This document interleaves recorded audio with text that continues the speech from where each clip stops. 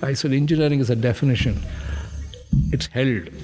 Whereas architecture is an abstraction, which you people then define into details. This is episode number 9, part 2 of Architectural Musings with Krishna Jaisim.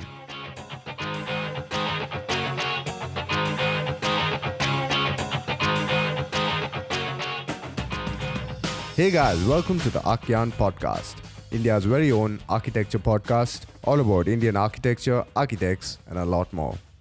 On this episode, Jaisim sir continues talking about his journey in architecture, from designing a famous auditorium in Tirupati as a young junior architect, establishing his own practice called Jaisim Fountainhead, more about the various projects that he has designed over the years, which have received wide recognition and awards, great tips for young architecture students and architects, and a lot more. Before we get to the show, it would be great if you guys could like and subscribe on whichever podcast platform you're listening from. And for the show notes, please head to archgyan.com/08. Now, without further ado, we have with us Krishna Jaisim. But I didn't bother because at that same time, he said, "What about your degree?" I said, "Degree can come home." The joke was happening. I was teaching, doing my thesis. The diploma, they said, "How can this fellow teach if he doesn't even have a degree?" They learnt about it a little later. The professor didn't mind. He said, "No." All the students there said, so-called students, "We want him to," because he's taking us detail to detail. 3 things happened. At Chitale's office, that year, he had gone abroad. I think the second year, 1966, 1968, 69. Because 70 is when I started. He had gone abroad. I'm writing a lot of stories short. Then his wife said, there is a request from a university to design an auditorium. Okay. So all the other senior architects said, "Who wants to design this auditorium? It will never come up. It's a waste of time." This fellow, put him on. He's the youngest fellow here. Okay. Put him on this. So they came and said, "Put him on." Whom to ask? He's not there. I was at that time very fond of Candler's and Oscar Niemiec's works, the shells. That had got into my, after Buckminster Fuller, after Mies van Roo Steel, this concrete came into my life. I designed, working on it, the huge auditorium, just 4 sketches. The horse saddleback. The little shell here and the bigger shell here and the inner shell. You put it there. One inner auditorium, one outer went. Just for the fun of it, I put a huge auditorium, 150 feet by 270 feet span. Never done in the world. Forget India. Never done in the world. 4 sketches. 4 sketches, put it and sent it. Office also where it's going to come to big deal. Sometimes you don't know. It went. Then Chitale returned back. On the table was a cover from the Sri Venkateswara University. Nice big cover was there. He didn't open it for 2 days. 3rd day he opens it up because he's a very big architect, one of the biggest in the south. "Your project has been approved. Can you please go ahead with it?" Wow. Only 4 lines. Then he calls the chief architect. "What design here? What is this approved? What have you people applied for?" "No, sir, they requested an auditorium. We sent an auditorium design. It has been approved." "Where is the design?" Then the Balakrishnan was the secretary. He said, "Jaisim did the project, sir. But they approved it." He has no clue of this. He said, "Where is the drawing?" So I went, showed him this. "Okay, idiot. You think you can build this in India?" Shell. He said, "Sorry." Then he said, "Okay, next time you do anything, I blast you." Literally, almost. But since he knew me, I was taking class, I was running around. He said, "Don't do this again. At least you should have asked these people." He said, "Nobody would help." To cut things short. They wrote a letter saying, "We will redesign the auditorium to more local conditions of construction." Okay. One line. "No, the board has approved it. We want it built." Oh, wow.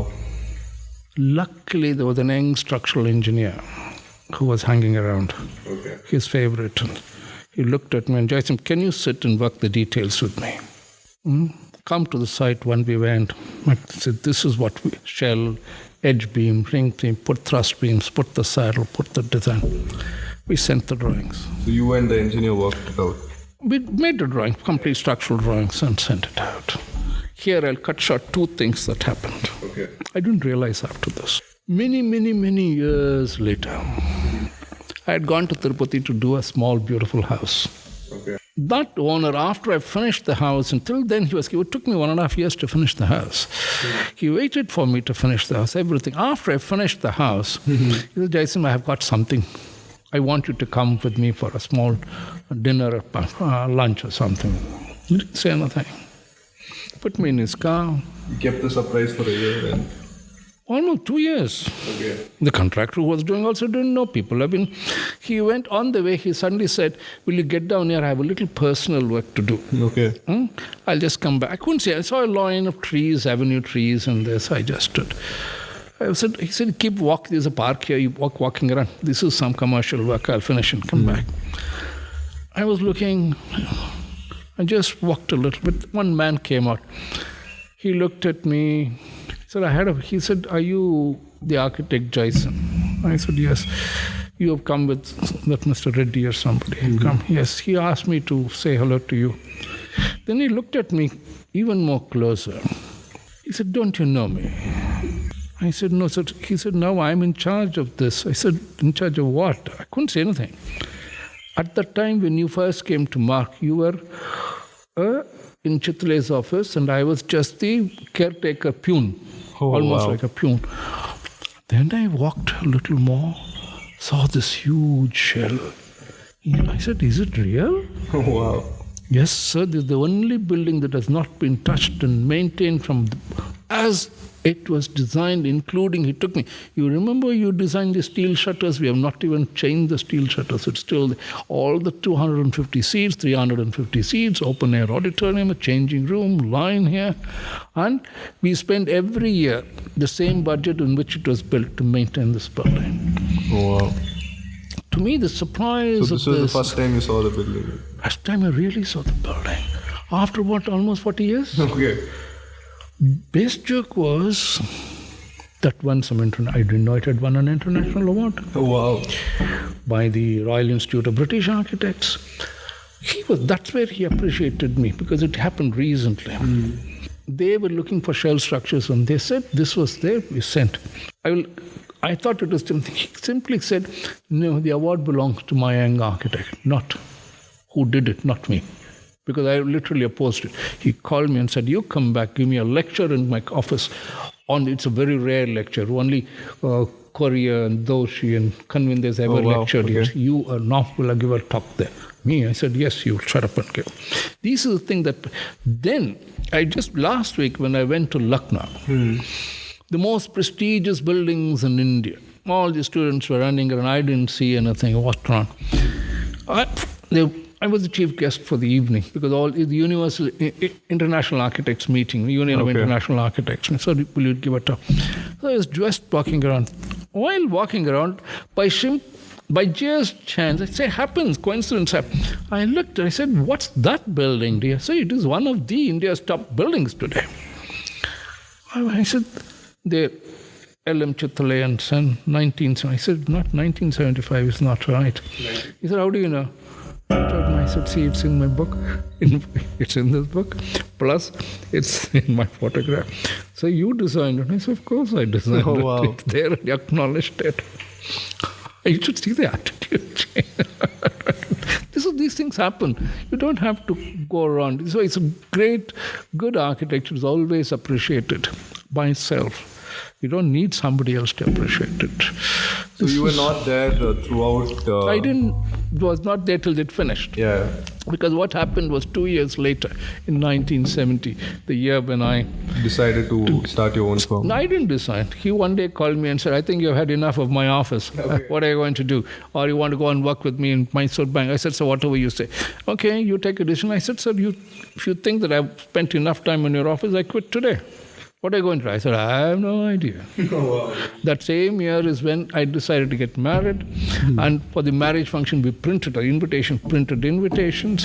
So I still remember the wedding thing. We just printed, didn't distribute anything. Oh, okay. The invitation was at Woodland. Somebody said, no, sir, your reception has been is in Woodlands. I said, I never booked in Woodlands. These junior students have all booked. Oh, wow. Then I go there, I find all those students who were not students, who were the diploma teachers. They were there. And then Mr. Chittale was there. Then I found out all Mr. Pithawadian was also there. He said, no, I know, Jaisim, you did, but what to do? You wouldn't listen to me, but I'm glad you did. The whole of architectural fraternity, the entire fraternity of Madras were there. I said, I can't. Who said, we are not asking, we are paying for us. We are looking after, we are happy that a Madras architect can do this works at this time. Because what happened in that, when I went home, my father and mother said, what are you doing? You're just getting married. I said, I have no work, I have nothing to do. By evening or the next day, one of the clients for whom I was working in Chittale, he came and said, I understand you are no longer working there. He's a Muslim chap.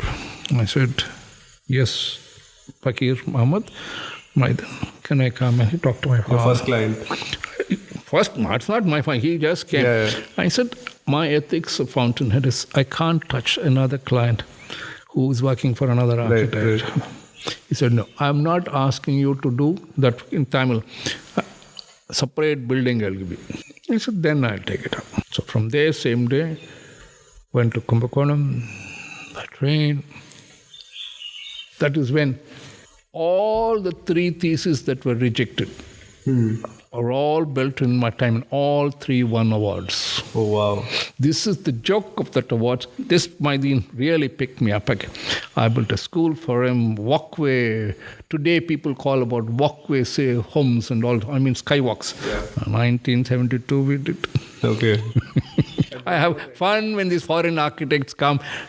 I call them the stupidest architects are American and all these architects. They don't know anything. One thing, they work clean and neat. Yeah. We don't work clean and neat. Like again, it happened when they were at the Vice Chancellor. Lakshmanaswamy Mudaliar said, want auditorium to be read. And he said, no, I want the young architect. He was the architect. He said, what are you doing? I said, they've called me to read to the auditorium. Yeah. And on the Marina Beach Library also, where P.T. Krishna was involved. That was done by my grandfather, so we redid that. Came back. Then these 4 years were phenomenal growth. So your life was, it was a series of bold decisions and it is instinctful, right? It's not decision, something she was paying and think. Like when I built all the money site, I sold a site and started, had some money, so I bought a site in Kalakshetra Colony where people that's usually the first slide I show in my talks. Yeah. That house on the sand, where people say it can't be built. Moment somebody said it can't be built. I built. Okay. I design and build. And do it with my hands. And it works. That is the growth factor. It has been a phenomenon. To a point, it grew so fast when this opportunity came to say, not opportunity, by accident, they said, can you visit Muscat? And yeah, in between you had gone to Muscat. Now for 5, they said, can you please go? I said, what about my project? Because the Fisherman's Cove Taj was going on. Right. The pavilion was going on. I had enough projects which any young architect anywhere in the world, I think I almost was the leading architect. I didn't know Korea. I didn't know Doshi and all. I thought I was the greatest in India. Okay. I didn't care. I didn't even bother. But what made you decide to go to Muscat in between? It was a decision. The IIT Madras called me and said, we have who had helped me in the Fisherman's Hotel. Okay. So can you help us? I said, what? One of our young graduates is there. He needs some architectural advice. Can you go for 2 days? I said, I don't have a visa. That stupid card knows where this Muscat is. Nobody knows. My other client, who was a minister, heard this discussion. He said, what do you want to go? I said, so for 1 week in Tamil, 1 week I have to go to Muscat. Where is it? I said, I don't know, some Oman, Gaman or something. Okay. Come to my office tomorrow morning. For him it is. So I went to his office next day. There are 2 people who are hanging around. Get his passport. Give him a passport. I said, don't I have to visit? No, they're all passport officers, photographers, everybody is stuck with them. Was given a passport. Now you go. Only thing is that sheikh was very shrewd. Moment I landed, for 1 week, I went, talked to Ravi Judge, he was still a good friend of mine. He was I to talk to him, talk to his father. He said, in these Arab countries, they hold the passport. You can't go back. Oh, wow. He would not let me go back from the desert. He said, "You're not going back. So You must take over all this." East Construction Company, I forgot what it's called. ECIE, I think it was right. So I got stuck with that. Then my wife came. She opened a bank. She was from State Bank of India. We call her also for a holiday. The Bank of Muscat and Oman was started by her there with nothing. Oh, okay. All that started. Then 1 year I left him. We did what people now call as flyover. That's why I have a laugh when I walk around here. Some people doing repairs. And I have no clue. It's an adventure. It's a phenomenal adventure. After 4 years, when Ashwini was born, and I was with Consult Canada doing some projects for them, unbelievable highways, underpasses, secret tunnels, secret airports. So you were exposed to all kinds of projects. All kinds. Then I realized, again, emphasized within me that the foreigners were cheating everybody in these. Some junk drawings, come and clean it. They're doing it in India now. Yeah. Look at Andhra Pradesh, all junk drawings. Arvind Foster's phallus comes everywhere. Amaravati. All junk. But we get thrown by the white skin. That's when I used, for one fun of this, one big sheikh came and said, "I need a big project." My other sheikh said, "It won't work like this." I said, "Why?" He said, "Wait." So he calls London, calls the taxi driver. He didn't tell me. He said, "Come over." He comes. He puts him in a suit and boot. "Jaisim, now you will report to him. He is your driver. He will drive you. But you pretend, because the sheikh's all, he will drive. He will drive. Actually, I brought him as your driver. But for this meeting, he is your boss. So I will sit behind you, sit here. I will introduce you. Go, you are the architect." He walked, his name will come. He walked in. Oh, the sheikh was so thrilled to see a white-skinned dress. He went and shook his. How does he know he's only a driver? This other sheikh, he's going to design it. This man from India will help him draw it. Uproad, clear, John. That's how we fall to the white. That's how they rule India like nothing. They did some good work, but that's a different thing. They ruled us. So post that you came back and then you started this long journey. No, I didn't want to start anything because Moraji Desai's taxes, all this were all too high. I said, "I am not doing it. I'm retiring." So I built a house in Ideal Homes Colony. Called the Anthem, which means the end of the prayer. Again, influenced by... This was your own home. But when I was building it, all the students of architecture would keep coming. Said, "We have never seen anything like this." Shankar Narayan, who is one of the top, Bharat, all this. So what are you building? Why? We've never seen... Our university is right here. We keep watching from there, this house, and we've been watching what is happening. Then they said, "Come and give a lecture." I had an electric motorcycle, so I would go in electric with my cigar in my mouth. The principal will get wondering, VC will say, "Who is this fellow sitting with shorts, having a cigar and taking lectures?" But this was in Bangalore, right? Bangalore. So you had, after coming back from I said, "I will not disturb my practice in Chennai. And that I will be in Bangalore." And because the land was given by my father, Ideal Homes Colony, housing cooperative, which I still am a director, became part of it. Nothing was built. That became an example of running a society and all these things. That's how that first step. That's how you settled in Bangalore. Set up base in Bangalore. Shifted from there, then this one. So many things. I thought I won't practice, but people came push. You got to build, And then you had like a series of lot of projects, and how did you manage it? When I look at it, the number of projects I was doing in that small office of mine in Madras, with just students, because all the students wouldn't go to college. All of them would come and sit in my office and say, "Sir, you tell us, we will pretend to go get attendance and come back." Some of the best, some of them are the top architects in the country today. Oh, wow. I meet them, "Sir, anytime, sir, you taught. We learned it, said that they'll sit and work on prefabricated homes, pre-staged projects, bridges, name it. In the 70s? We were doing in the 70s. Wow.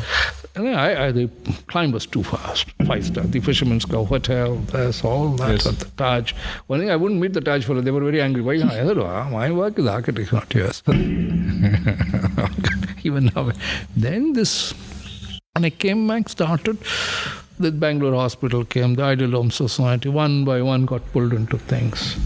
We did one small house for the C.R. Simha's house from the garage.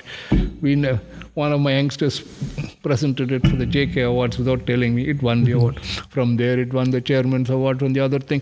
After that, every 3 months, I think they don't know what to do. If you don't find anybody, the award is given to me, I think. But how did people get to know about you back These then? youngsters. That's why I never say no to a student. These students would come, forget the college, forget everything. Come. I would go for any college calls me for a lecture, like your Vijayawada thing. Right. I share accident, one dabba building they had, they don't know what to do. Ramesh, no? Yeah. Ramesh was there. Other, sir, will you come and at least talk to this? I used to come spend so Yes, much sir. time. We even made the master plan for the whole place, how to do it and all this. Chandrababu Naidu pulled me in those days to Andhra Pradesh to redo his housing, but he didn't know who I was at that time. He didn't know I was. He left his and then came back. Had I see like other great Bombay Anke, had I gone to him and said I want to do the project, he would have said yes. But I have never gone to a client till today. The client has come to us. Okay. That is where So you're following the philosophy of Ayn Rand or Fountainhead. Fountainhead. The client must come to you because the person wants or desires something of your environment. Yeah. That is very important. Okay. That's very, very important. So take us through a typical design process, or like how do you approach a project, and what is the philosophy of your design and your concepts? It's very complexly simple. Okay. Good way to put it. Simplicity is the most difficult thing in life. But then, one thing I learned, the architecture of the East is not the architecture of the West. But then many problems in India is most architects fall into the trap of our historical buildings or colonial traps or imitations and copying. To get away from that is very difficult. The essence of design must come within you. The problem is the client. Because poor man, he comes and shows you pictures of what he thinks is architecture. It's up to you to slowly take him through a journey, because that is where the plus point comes. When he said, you came to me, I didn't come to you. Because you saw something in what I was doing. That's the first big one. And very frankly, I don't very much believe in function and form. Okay. Architecture is space creation in a particular time. The materials of the time and the ability of all the other services of that time freeze it into space. Okay. It's relative to time and space. It's very much. Time and space is all architecture, and it is for the human being. Incidentally, it becomes a home. Incidentally, it becomes an education center. Incidentally, it becomes a place of audience. Unless you're building a commercial center. That is for a shopping center. Even there, the overall architecture is space and time. After that, what the fellow does interiors is, I've never understood interior decorators and interior designers. Okay. What are they doing fooling around with this place? They come. That is the first principle. Then, of course, the budget, the cost, the contractor who understands your way of doing, looking for new expressions in material. That is the whole idea. And somebody asked me, can you talk about one architecture of yours? I said, I can't. My architecture is a story. Right. It starts from my first building, which I did on my own, and continues till today as one story. Many paragraphs and many chapters have come, many lines have come, but it continues. It'll end in infinity, or it'll end one day when I stop, or many people have taken Ketan and others have taken off from various. There are at least about 100 to 150 young architects in this country who send me pictures. Sir, this is what I'm doing. This is what inspired by me. Like Chetan San, or that fellow from Delhi sent stuff to me, or to one from Jaipur said, can I come and talk to you about? Yesterday there was another youngster saying, can we do this thing? So this is the expression. The work is what defines you. Yes, it defines the design very, very clearly. That aspect. One thing, as you said, it may not be very functional. I don't believe in that process because it's time and that space and who you are. Absolutely. That matters a lot. That defines the philosophy of this. Education institutions, yes, they're for children. Big children, other children. Where is that place? Tell me, I'll tell you how to go. But many of them will say, can you repeat this school? Can you repeat this school? Sometimes I said, I won't, but I'll put you onto somebody who will do it. With me, if you want, keep quiet, I'll push it. It's your job to get it certified by whichever agency it is. I'm not going to bother. So what is your take on, in the book, The Fountainhead, how it wrote? Somewhere about 10 or 12 years back, I'd gone for an architectural conference in St. Petersburg. Oh, wow. Beautiful place. It had all sorts of architecture all over the world done by that Tsar. Cutting it short, we were having a conference of international architects. I was the only Indian.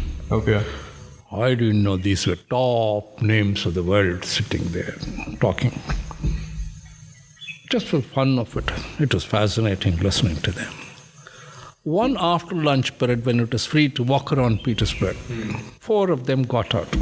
One from Australia, one from Africa, one from Europe, and one from, I think, Belgium or US something. They both somehow knew each other, they wanted. Then I said, can I join you also? I was younger. He said, oh, you're from India, come, join. So we were walking down the road. From this classical building of conference, we walked around the building. As we walked, we were walking separately, admiring something, things. All 5 of us, including me, stopped at one building. It was nothing great. Simple, clean. He looked at me, I looked at him, the other person. Why are we all looking at this building? We went round there on the thing. It was a simple architect, Cameron. Oh, wow. Which means what she wrote, everything she wrote is true. She admired the building and she turns Henry Cameron into Howard Rock. Oh, wow. And not because he makes him his mentor. Okay. Henry Cameron.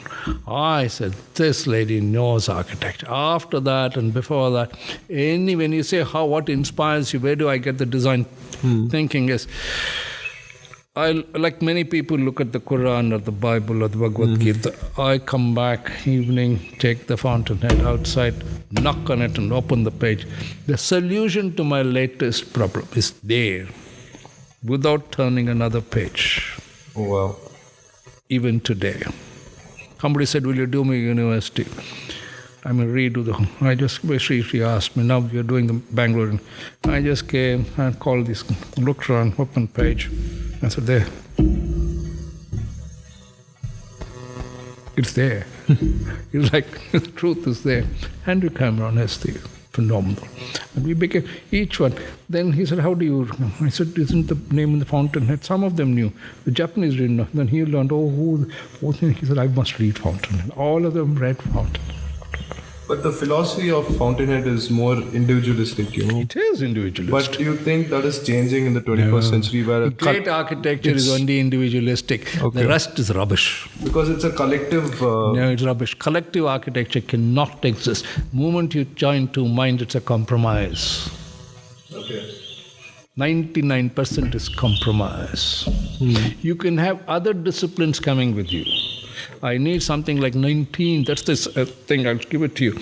We need about 19 disciplines led by a person called architect or involved the person as an architect.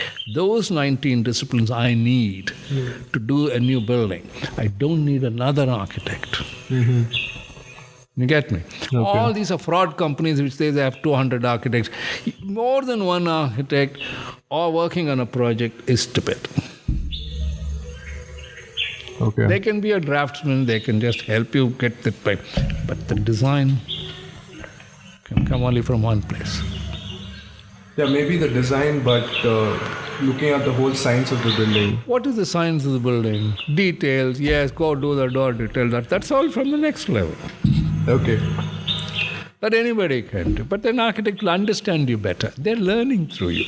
Like I was learning through. See, I worked with Chitless for almost 4 years. Right. I never questioned his design, but I never followed his design later. Okay. He was simple, clean, highly detailed. The details helps me even today. But my designs had nothing to do with him. And what do you think about the future of architecture? Do you think it's... Future is already here. It's going somewhere. Yesterday we had a big... That's why the conference is coming. Architecture and that yellow thing. Yeah. Notice they pulled me in. Imagine why should structural engineers pull me in and as an architect to lead this? The only other person I pulled along with me to help is Giridhar. He said, okay, I'll join. It is architecture and the future of architecture. Yesterday, my talk was yesterday, today, tomorrow. I think I wrote an article also. Only thing that will change is the material. That's all that can change. And the ability of the designer. But the rest of it, it's the human beings don't change. They make these buildings or these materials or the context. They change. Like you may build on the moon, which means gravity no longer is what it is. I may build underground, which means it's no longer the edifice that matters. Something else matters to me. So the context will contain the content and dictate it. Very important. And what advice would you give for architects, young architects starting on their own? And Start, bold, go, convince, build. You'll always find a client somewhere who appreciates what you do. okay. You will always find. I always found who came from, where did that flow come? Everybody says, how is it all these Gurujis are friends of yours? I said, somehow they take the basic design from you and then they disappear. That you can't help. See, architecture is one profession and one thing. You are the only profession which does not control the actual execution. You are not there. Somebody else builds. Right. All the time. The structural engineer designs to his ability, the plumber designs to his ability. He can only give a talk and give a movement. That's the fascinating part and the most difficult part. That is the abstraction of architecture. Like they said, can you name this thing engineering and architecture? I said, engineering is a definition. It's held. Whereas architecture is an abstraction, which you people then define into details. Makes a big difference. Yeah, absolutely. And also, sir, I want to talk about sustainability because, climate You're change. the other fellow. This is the 100th day. I have fun. Moment somebody talk green building, sustainable, I have a laugh. Okay. What is sustainable? You eat food, you're sustained till dinner. You eat dinner, you sustain till breakfast. What is sustainable? What is sustainable? Sustain what? Sustain the space for what? Future generations. For what? The future will look after itself. You look after today. The moment you sacrifice today for the future, human beings are dead. We don't even know what technology is going to bring tomorrow. Isn't it? Then what are you bothered about? Can you build today? That is the most important. This is where the worst thing is the Builders Association, real estate. In India and abroad, they've killed architecture. Absolutely. Totally killed. But they make neat, clean buildings. They put us all in cells. Even here, up to a point, I could control. That I can't control. They just do. They won't ask me. They'll just do what they want. Okay. It's easy. Pour concrete. Why are you pouring the concrete? Nobody asks. Because now it's more about the money and... Money is one, but I think actually they're wasting more money. Half the thing they're doing is they call, you're expensive. I said, just building's 30% cheaper than your building. They don't understand. So how do we change this? Okay. Architecture is an isolation and will only for those who appreciate it. It's like art. That's the art part of architecture. Can art be appreciated by everybody? No. Can't. And some idiots will pay $1 million for a painting, doesn't know why, because he knows the other fellow quoted for 1 million shot, he buys. Half of them have no clue of art. That's the best part. But you are optimistic of the future. It is. I am highly optimistic. Even if 1% of the buildings that come in the future has something to explain, that's enough. More than enough. The only movement you do more than that, something, that's one of the reasons why I stopped my practice on a larger scale. You go there, it doesn't make meaning. Numbers don't make meaning. Okay. All right, so let's get to the quick fire round. What is your favorite hobby in general? Think, imagine, and see, can I build this somewhere? I'm not a great reader, trying to read some, answer questions. Biggest hobby is to go and meet young architects, see what inspires them. Most professors, sir, my present students are useless. I said, you are useless, that's why the student is useless. Okay. And who's your favorite architect? Me, myself. No way. I'm sure you had a lot of inspiring architects. All of them, but when it finally comes to design, I look at myself. My confidence builds, and I admire many. I know all of them, but I can see it from an outsider. I said, I go see this building, I smile and come, meet all these great ones, conference or the other. I said, no, then very often when I quietly, even like the one in where I went, in Turkey, everybody was showing. I was not doing this. This is not another conference. Yeah. One of the younger foreign architects, they were all, sir, what are you from? You're from Delhi. I mean, you're from India. What do you do? I said, I just came to attend this international conference. We have a small room we were sitting because what sort of works you do? I said, I don't know, but I have a small pen drive. If you want, have a look. I didn't know these were great dadas. They became great friends. I showed the pen. You mean you can build like this? You can design like this? Wow. They haven't. That's why I said they don't have. They're all controlled and controlled and controlled. When I exposed this block, which is not Indian, this is made from Spain and Peru and all, they've never exposed this block. I said, why did you make this grow so to plaster it? I said, no, it's so beautiful. And when they come, some of them come here, they said, we didn't know we could do this. Wow, great, sir. No, it is interesting. It doesn't bother me. Like this roof. Those who appreciate fine. I'm sure you worked with a lot of materials in your life. Everything is a material. Okay. So you don't have any There particular is no material? such thing as plastic waste. Plastic is the gold and diamond of the future. Wow. It's the most beautiful material I ever touched my hand on. Okay. And what is your favorite style of architecture? My style. That's all. I can't say anything else. All right. So what does a typical day in your life look like? Can you take us through Sometimes I wish I could sketch more, draw more, something, and read more. But you're always traveling and giving talks. Traveling, talks. In the beginning, I used to prepare for my talks. Then I found the moment you prepare for a talk, it is history. Okay. The audience has no context to it. But the moment I go and see the audience and then I talk to them, I become one with them. Oh, wow. The slides are just the background to keep some of them interested. But then when you talk with them, that is the talk. Prepared talk is history. Okay.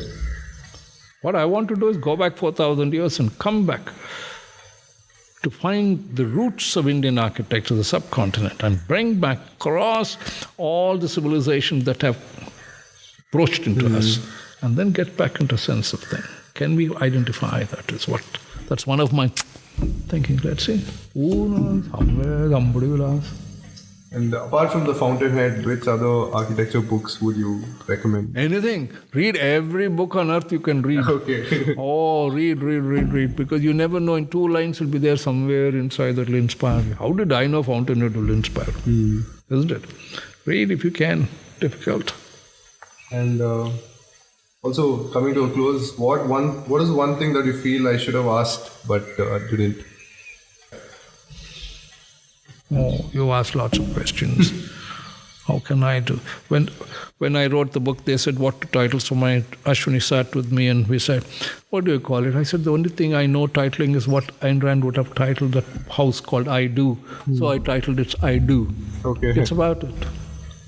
Do what you believe in. That's what I believe. And you will find everything is not rosy. See, the more the difficulty, the more you go down a hill and come up a valley and this thing, you'll find the greater the struggle, the greater your architectural realization. The journey is, you asked me one question, if you go up the peak, what would you do? I said, this was asked to me by a very large office and a university. I said, I don't want to go to the peak. He said, what do you mean? In the peak, I'm lonely. And when I see from the lonely, I conquered, I see more peaks. Then when I come down to the valley, I'm lost in the beauty of the valley. The valley is my adventure. The peak alone to do nothing. Wow. It happens. Alright guys, so that was the 9th episode of the Archgyan podcast. Hope you guys liked the episode. If you did, please do like and subscribe on whichever podcast platform you're listening from. This is your host, Manish Paul Simon, and I'll see you on the next episode.